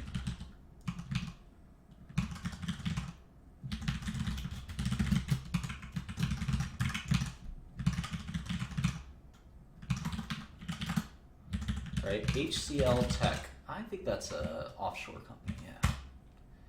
Another outsourcing offshore company.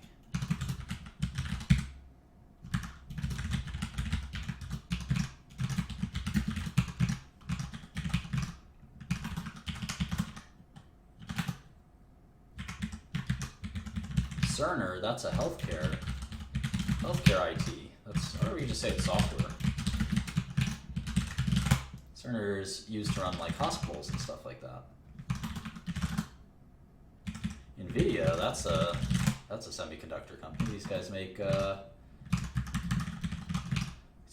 graphics cards, analog devices. These guys make chips for like phones and things like that. MTN Group. I don't know what MTN Group is. I wonder. It's a South African company. And they're a carrier, so we can get them out of here and move them to the carrier section. There's so many carriers, telecom carriers. Altice. What the heck is Altice? Make sure you guys vote. Another carrier.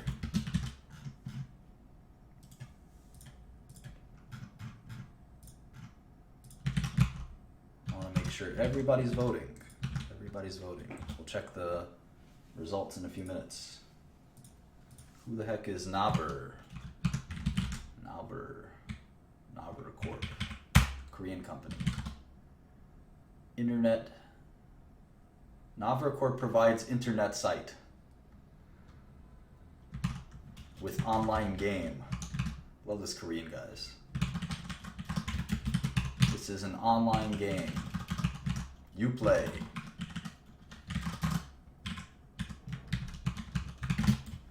Alright, Checkpoint. I know what Checkpoint does. Security software, antivirus, stuff like that.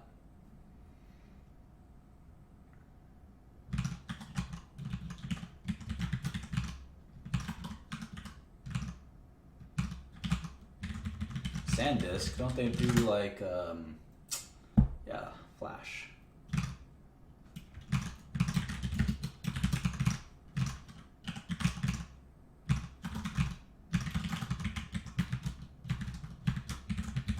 What the heck is Advanced Info? Advanced Info.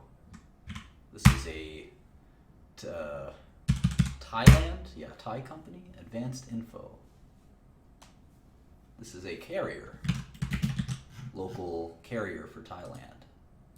Big company. Alright, Capgemini is another consulting company. French company, I didn't know that. Computer and management consulting.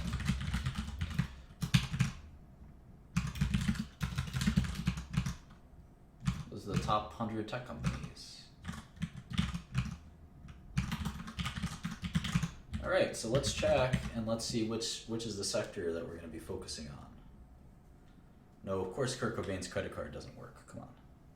And don't interrupt the finance lesson with a irrelevant question. Okay, so these are the top 52 tech companies, and the 52nd one is a $15 billion company. Approximately a $15 billion company. It's a big industry, so we need to focus on one part of the industry. One part of the industry. So which one is it going to be? You guys voted internet by far. 98 votes. And the internet and then electronics and semiconductors are second. So maybe we can do electronics and semiconductors as well. Maybe we do both. I don't know. So we're going to move, so internet and electronics and semiconductors. So we're going to take out anything that's really far afield. So telecom is really far afield. And let's move all the sort of consulting companies. We'll keep IBM in there because they have some software. Although I guess we don't want to look at software either. So other than internet, electronics, and semiconductors. So IBM doesn't do any of those things as far as I can tell. We can move Tata.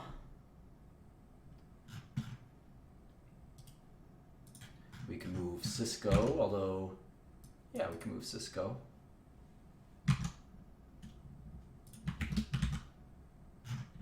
It's going to be a lot easier for us to master something if we don't have to master lots of things at the same time, wouldn't you say? Corning. I don't think we're going to have to look at Corning. Definitely not going to have to look at Capgemini. Definitely not going to have to look at HCL or Cerner. Not going to have to look at Checkpoint. Dassault. Wipro. This makes it a lot easier. We can cover this ground, you know?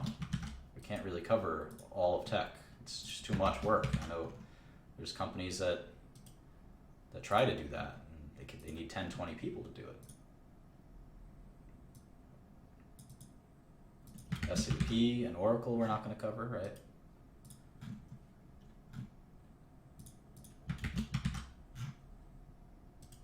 going to focus on the internet, and then I'm going to look at electronics and semiconductors a little bit too.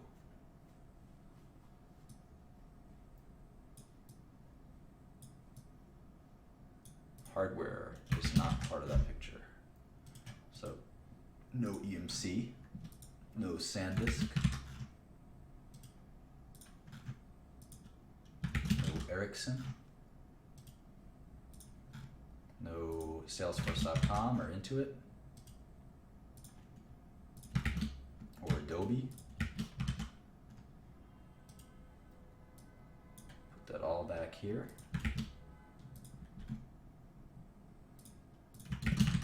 intro. Cool. So we kind of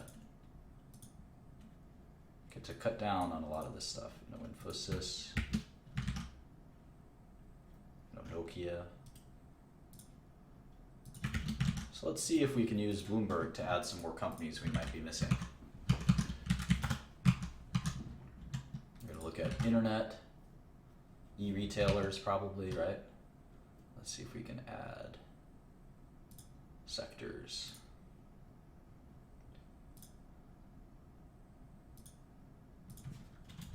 Internet media, internet-based services. If we change this to, oh wow, look at that, they kind of change. Okay. Internet,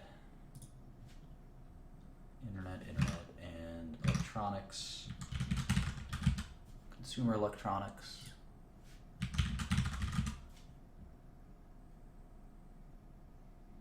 Maybe office electronics, semiconductors,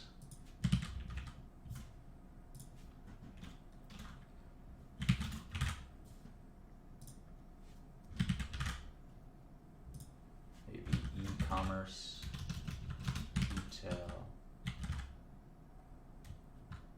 e-commerce, discretionary, there we go. I'm missing anything else? Internet, e-commerce, semiconductors.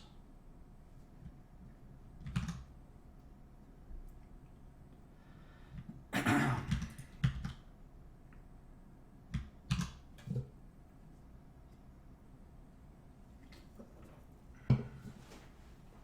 think that should be it. There are 2,000 companies that match this criteria. Wonderful. We're supposed to be narrowing things down. I'll close the straw poll now. Priceline. There's one we missed. Priceline. We can kind of move the subsector stuff out of the way now. Priceline.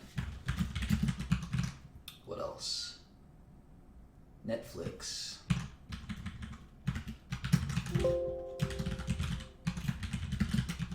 What else? JD.com. What the heck is JD.com? Does anyone know? Never heard of it. Sony.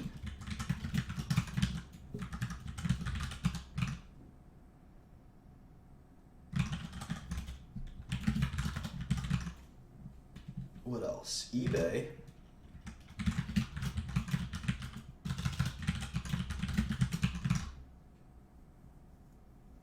There's a couple here that we missed, so. It's a shady Chinese company. Cool. Maybe we'll short it. I'm still surprised there's no Samsung. Let's see what Bloomberg thinks Samsung is something different. What is Samsung according to Bloomberg? It is communications equipment. Let's add it anyway.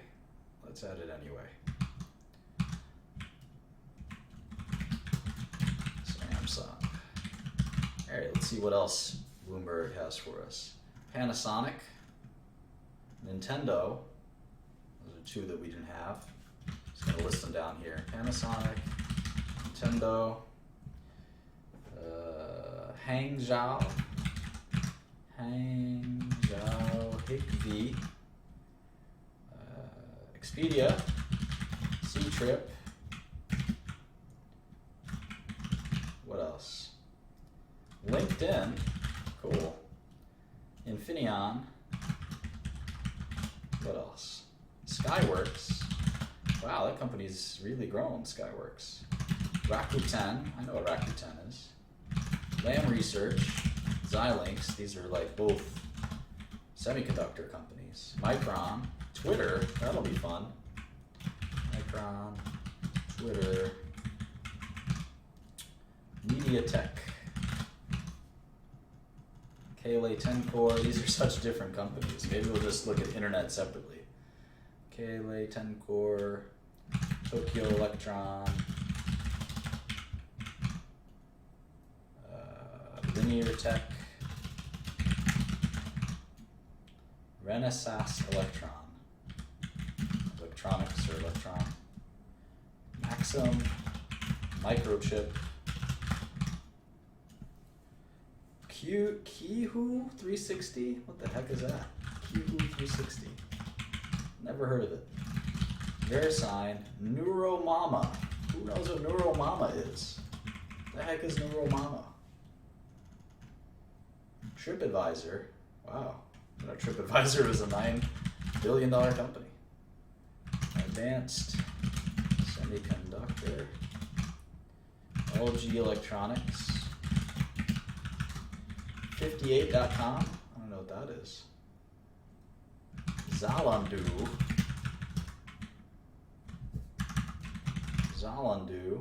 Ricoh, M3, Garmin. See, now we're getting down to $7 billion companies. VIP Shop, Seiko Epson, Sanan Optoelectronics, Corvo, that's a bad word in Albanian. Nikon, Terra Memories. Wow, I thought I knew this space a little bit. Huh. Kako, STM, no STM, Marvel, Liberty Ventures,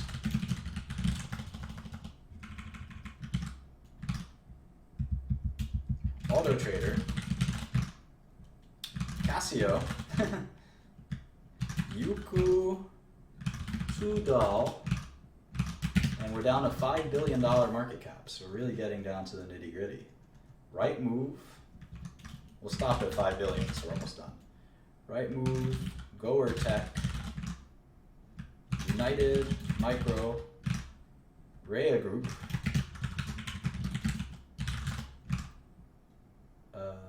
Mercado Libre,